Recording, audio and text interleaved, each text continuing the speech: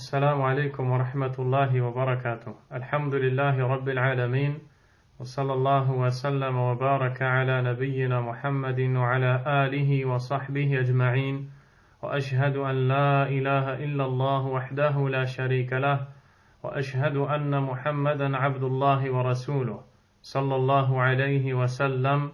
أما بعد.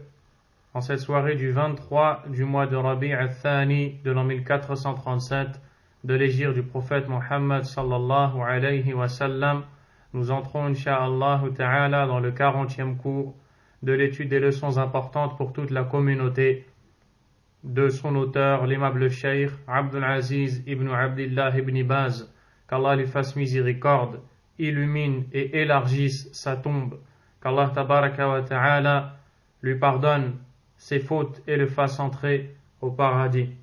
Nous sommes toujours dans la dernière leçon, la leçon 18, sur les règles relatives aux funérailles. Et nous sommes dans le 8e point, celui de la description de l'enterrement. Et nous avons vu que nous devons boucher le lahd, qui est ce trou que l'on creuse sur la paroi de la tombe, celle qui est en direction de la qibla. Puis on va la refermer, et il est de la sunna du prophète sallallahu alayhi wa sallam, il est recommandé de dire Bismillah wa ala millati rasulillah, et dans une variante de ce hadith Bismillah wa ala sunnati rasulillah sallallahu alayhi wa sallam. Et ce récit est rapporté par l'imam Abu Daoud et d'autres, d'après le noble compagnon Abdullah ibn Umar radiyallahu anhuma. Cette parole signifie au nom d'Allah et selon la religion du messager d'Allah, c'est-à-dire selon la sunna du messager d'Allah. En appliquant cette sunna, on procède à l'enterrement de ce défunt. Al-Sheikh Ibn Baz rahimahullah nous dit: on surélève la tombe de la surface du sol d'un empan. Si c'est possible, on entrepose des cailloux par-dessus et on asperge le dessus d'eau. Nous parlons maintenant de la fin de l'enterrement. Après avoir bouché complètement le trou, est-ce que l'on doit ajouter de la terre? Et si on ajoute de la terre, à quelle hauteur?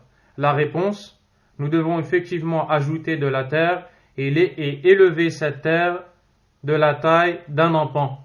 Et l'empan, c'est ce qui équivaut à peu près 20 cm. C'est la distance qui sépare l'extrémité du pouce de l'extrémité de l'auriculaire, le petit doigt, quand ces deux doigts sont écartés, c'est-à-dire qu'il faut lever la terre afin que les gens puissent remarquer que c'est une tombe et la distinguer de toute autre chose. Et cette hauteur doit être équivalente à peu près une vingtaine de centimètres. On doit donc laisser une bosse sur la tombe du défunt, comme le prophète le faisait, sallallahu alayhi wa sallam. Ensuite, le Cheikh Ibn Baz rahimahullah nous dit que si l'on peut, on entrepose quelques cailloux par-dessus et on asperge cela d'eau. Pourquoi? Le Cheikh Abd al-Razzaq hafidahullah a dit ceci dans le but que la terre que l'on a utilisée pour reboucher le trou et former cette bosse d'une hauteur d'à peu près 20 cm puisse rester ferme et solide, afin que sa tombe ne soit pas abîmée. Ceci car dans le hadith de Anas ibn Malik radiyallahu anhu, ce noble compagnon nous dit Anna Rasulallah sallallahu alayhi wa sallam a'lama qabra Uthman ibn Mad'un bi sakhra, que le prophète sallallahu alayhi wa sallam a laissé comme signe de la tombe de son compagnon Uthman ibn Mad'un radiyallahu anhu une pierre ou alors un morceau de rocher. Al-Sheikh Ibn Baz rahimahullah nous dit: il est recommandé à ceux qui assistent à un enterrement de se tenir debout près de la tombe et d'invoquer Allah pour le mort. En effet, le prophète sallallahu alayhi wa sallam, à la fin de l'enterrement du musulman, se tenait debout devant sa tombe et disait: Istaghfiru li akhikum was'alu lahu at-tathbit fa innahu al-ana yus'al. priez pour l'absolution des péchés de votre frère et demandez à Allah de le raffermir, car il est en ce moment en train d'être questionné. Ce moment dont nous parlons est la fin de l'enterrement.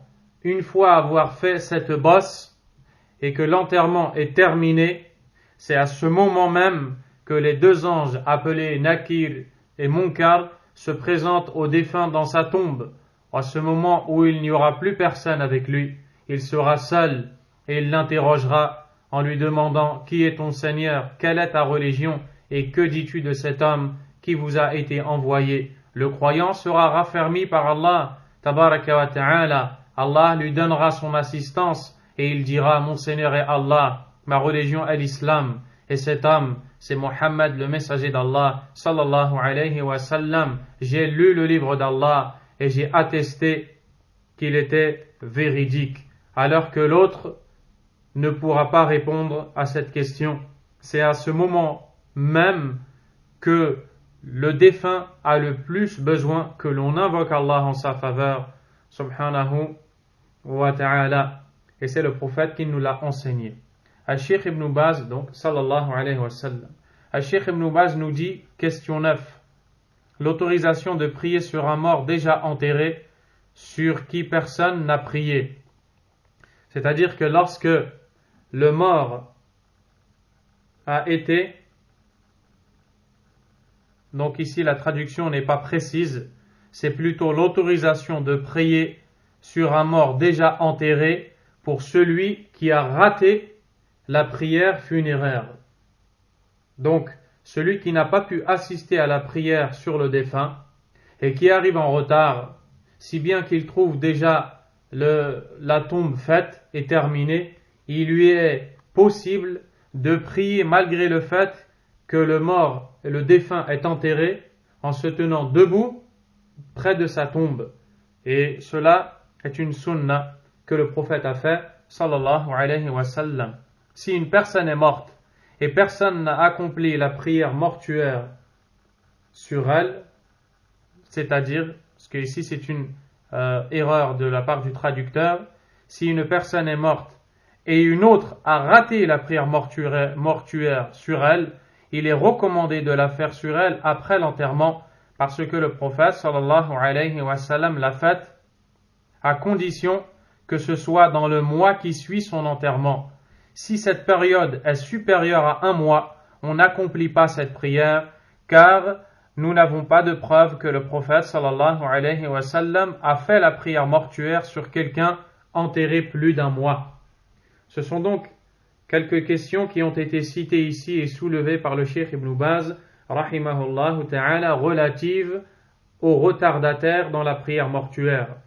L'imam Muslim, rahimahullah, rapporte d'après Abu Huraira, radiyallahu anhu, qui nous dit أن امرأة سوداء كانت تقوم المسجد أو شابا ففقدها رسول الله صلى الله عليه وسلم فسأل عنها أو عنه فقالوا مات قال أفلا كنتم آذنتموني قال فكأنهم صغروا أمرها أو أمره فقال دلوني على قبرها فدلوه فصلى عليها ثم قال إن هذه القبور مملوءة ظلما على أهلها وإن الله عز وجل ينورها لهم بصلاتي عليهم.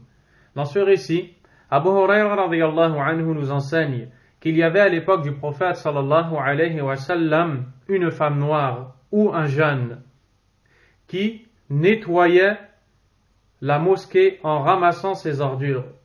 Un jour, le prophète sallallahu alayhi wa sallam a remarqué son absence, chose à cause de laquelle il interrogea ses compagnons au sujet de cette personne. Les compagnons lui dirent « Elle est morte ». Le prophète sallallahu alayhi wa sallam leur dit « Pourquoi ne m'avez-vous pas informé ?» Comme si qu'on n'avait pas donné la juste valeur à cette personne défunte. Puis, le prophète sallallahu alayhi wa sallam a dit « Indiquez-moi le lieu de sa tombe. » Il est allé près de sa tombe, alayhi salatu wassalam, et a prié sur elle. Et cette femme était enterrée. On avait déjà prié sur elle, elle était enterrée, Mais le prophète sallallahu alayhi wa sallam a voulu prier sur elle. Et par cet acte, il nous a enseigné qu'il est possible à l'un d'entre nous, s'il venait à être retardataire, de prier même sur la tombe. Puis le prophète sallallahu alayhi wa sallam a dit, certes, ces tombes sont remplies de ténèbres pour leurs habitants. Et Allah illumine ces tombes par la prière que j'effectue en leur faveur. Et ce qu'il faut dire dans l'invocation que l'on fait en faveur du défunt est la même que l'on fait dans la prière accomplie avant l'enterrement du défunt. Il n'y a aucune différence dans cela, walhamdulillah. Voyons aussi que Cheikh Ibn Baz rahimahullah a appuyé sur le fait que la période où l'on peut effectuer cette prière même en retard ne doit pas dépasser un mois. C'est ce qui a été rapporté de l'imam Ahmad rahimahullah ta'ala qui a dit Yusalli ala al-qabri ila shahr. On peut prier sur la tombe jusqu'à un mois. Il dit أكثر ما سمعنا عن ابن المسيب أن النبي صلى الله عليه وسلم صلى على قبر أم سعد بن عبادة بعد شهر. La période la plus longue qui nous est rapportée du prophète sallallahu alayhi wa sallam, c'est sa prière qu'il a effectuée sur la défunte appelée Umm Sa'd ibn Ubada, la mère du compagnon Sa'd radiyallahu anhu, ibn Ubada, après un mois. Et Ibn al-Qayyim rahimahullah ta'ala a cité aussi des paroles dans ce sens où il nous dit qu'il est arrivé dans la guidée du prophète sallallahu alayhi wa sallam d'avoir prié sur la personne défunte en se tenant debout sur sa tombe après une nuit, même après 3 nuits et d'autres fois après un mois. Et c'est pour cela que l'imam Ahmad rahimahullah a choisi que la période la plus longue doit être un mois. Quant à l'imam al-Shafi'i rahimahullah ta'ala, il a dit que la période que l'on doit respecter, c'est celle dont le corps a besoin pour se consumer, pour disparaître. Quant à l'imam Malik et l'imam Abu Hanifa, ils ont réprouvé cela. Ils ont dit qu'il ne faut pas prier sur la tombe. Mais comme le dit Cheikh Ibn Baz, rahimahullah ta'ala, nous pouvons prier jusqu'à un mois. Walhamdulillah. La 10e question, il n'est pas légiféré pour la famille du défunt de préparer le repas aux gens. Et c'est une question qui est très importante, puisque le domaine des funérailles est un des domaines dans la religion où il y a le plus d'innovations religieuses, malheureusement dues au manque de connaissances, à l'ignorance, au manque de savoir et de clairvoyance de la plupart de ceux qui s'adonnent à ces actions, pensant faire le bien, alors qu'en réalité, ces personnes ne font que mettre leur Seigneur en colère, subhanahu wa ta'ala. Il n'est pas légiféré que la famille du défunt prépare le repas aux gens, car le célèbre compagnon Jarir ibn Abdillah al-Bajali radiyallahu anhu a dit كنا نعد الاجتماع إلى أهل الميت وصنعة الطعام بعد الدفن من النياحة. C'est rapporté par l'imam Ahmad rahimahullah. Il dit, nous considérions au temps du prophète sallallahu alayhi wa sallam que les réunions dans la maison de la famille du défunt et la préparation du repas après l'enterrement font partie de la lamentation, c'est-à-dire le fait de s'opposer à ce qu'Allah a décidé, de se lamenter, d'outrepasser les limites dans la façon d'exprimer sa tristesse, chose qui est interdite par Allah subhanahu wa ta'ala. Al-Sheikh Ibn Baz nous dit, quant à la préparation du repas pour la famille du défunt et pour leur hôte, elle est autorisée. Et il est recommandé que les proches et les voisins du mort préparent le repas parce que lorsque le prophète sallallahu alayhi wa sallam fut informé de la mort du compagnon Ja'far ibn Abi Talib dans la région du Sham, il demanda à ses épouses de préparer un repas pour la famille de Ja'far. Puis il dit, sallallahu alayhi wa sallam, innahu atahum ma yushghiluhum. Ce qui leur est arrivé les préoccupe suffisamment. Cheikh Ibn Baz continue, nul grief à la famille du défunt s'ils veulent inviter leurs voisins ou d'autres personnes pour partager avec eux le repas qui leur a été offert. D'après la législation islamique, il n'existe pas de limite de temps à ces invitations. Plusieurs questions ont été soulevées par le Cheikh Ibn Baz, rahimahullah ta'ala, la première étant qu'il est interdit à la famille du défunt de réunir les gens dans leur maison, de faire à manger après la prière sur le mort et même après l'enterrement et aussi après quelques jours. Cette innovation qui est faite chez beaucoup de gens malheureusement. On trouve des personnes qui invitent, on trouve des familles de défunts qui invitent des gens chez eux et leur offrent des repas 40 jours après le décès. D'autres, chaque année, lorsque l'anniversaire du décès arrive, ils préparent des repas et invitent des gens en pensant faire le bien. Et beaucoup d'autres façons de faire qui sont toutes prohibées, interdites, car ces actes relèvent de l'innovation. Et le prophète Mohammed sallallahu alayhi wa sallam a dit « Man amila amalan laysa alayhi amruna fahuwa radd » Quiconque fait un acte qui ne relève pas de notre ordre, il se verra rejeté. Et le compagnon Jarir radiyallahu anhu nous dit que lui et les compagnons du prophète sallallahu alayhi wa sallam considéraient cette façon d'agir comme la lamentation. Et la lamentation, sachez-le, est un péché majeur, un péché gravissime chez Allah subhanahu wa ta'ala. Le Cheikh Ibn Baz rahimahullah a dit, comme on le retrouve dans son recueil de Fatawa, et ceci a été relaté par le Cheikh Abd al-Razzaq dans son commentaire, hafidahullah, Cheikh Ibn Baz rahimahullah dit, quant au fait de cuisiner, d'offrir des repas, et que cela vienne de la famille du défunt, peu importe d'où l'argent vient, ceci est interdit, car ça contredit la sunna, et c'est en conformité avec les actes de l'époque anté-islamique, al-jahiliya, les ignorants d'avant la venue du prophète sallallahu alayhi wa sallam. Également, les gens touchés par la tristesse de la séparation de leur être proche vont se fatiguer davantage et faire grandir leur malheur alors qu'ils sont déjà préoccupés. Et le prophète sallallahu alayhi wa sallam n'a ordonné à aucun de ses compagnons ni les pieux prédécesseurs d'agir ainsi. Ainsi, c'est formellement interdit, que ce soit tout de suite après la mort ou alors une semaine, 40 jours, un an, peu importe, tout ceci est une innovation qu'il faut condamner et ce n'est pas accepté par Allah, c'est tout au contraire une ressemblance avec les gens de l'époque anté-islamique. Wal'iyadu billah. Ensuite, il a cité la parole de Ja'far, la parole de Jarir, radiyallahu anhu, Jarir ibn Abdullah, et Cheikh Ibn Baz a aussi cité, rahimahullah ta'ala, l'histoire du décès du compagnon Ja'far ibn Abi Talib, qui a connu la mort dans la région du Sham.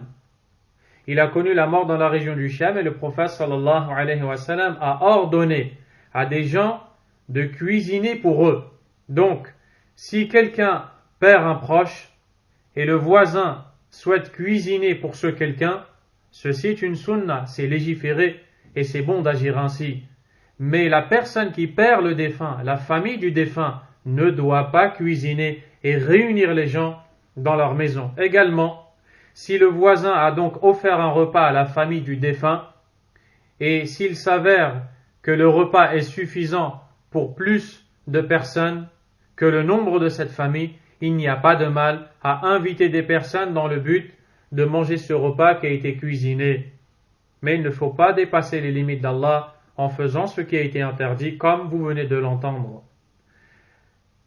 Et donc, Cheikh Ibn Baz rahimahullah passe à la 11e question et nous dit: il est interdit à une femme de porter le deuil d'une personne plus de 3 jours, sauf pour son mari, pour lequel elle doit porter le deuil pendant 4 mois et 10 jours. Il dit aussi, il est interdit à une femme de porter le deuil d'une personne plus de 3 jours, sauf pour son époux, pour lequel elle doit porter le deuil durant 4 mois et 10 jours. Si la femme est enceinte, le deuil se termine à l'accouchement, comme le prouvent les récits prophétiques authentiques.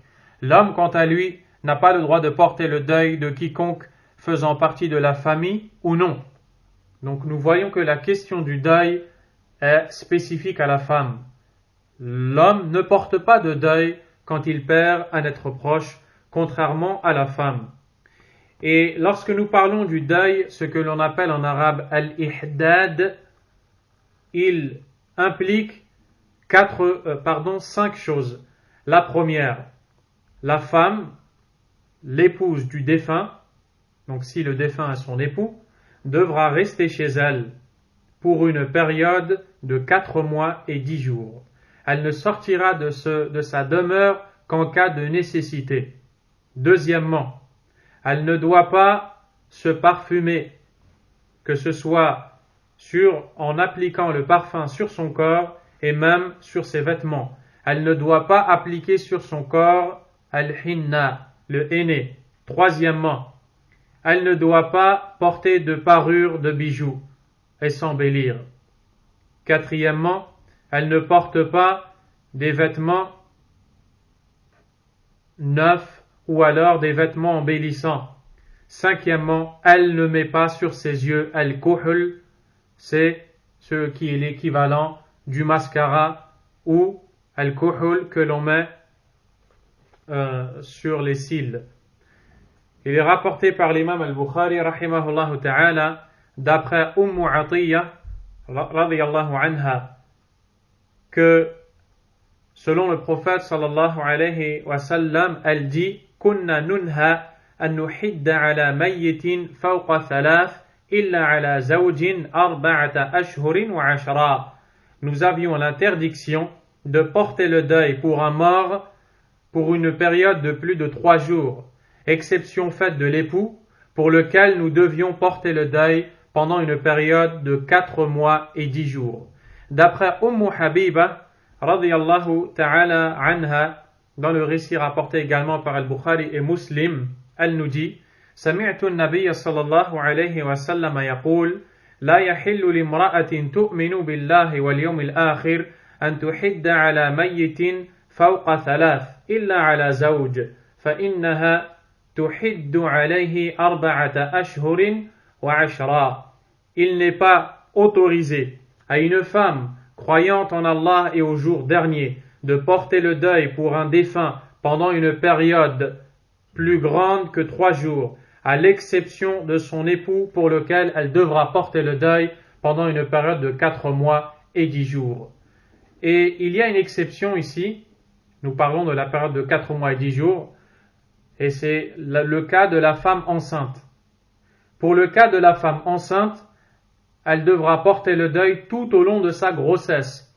C'est-à-dire que si l'époux vient à décéder alors que la femme porte l'enfant depuis 1 mois, il lui reste toute la grossesse à terminer, c'est-à-dire à peu près 8 mois. Et si l'époux décède alors qu'elle est à 8 mois, il lui reste 1 mois, et ainsi de suite.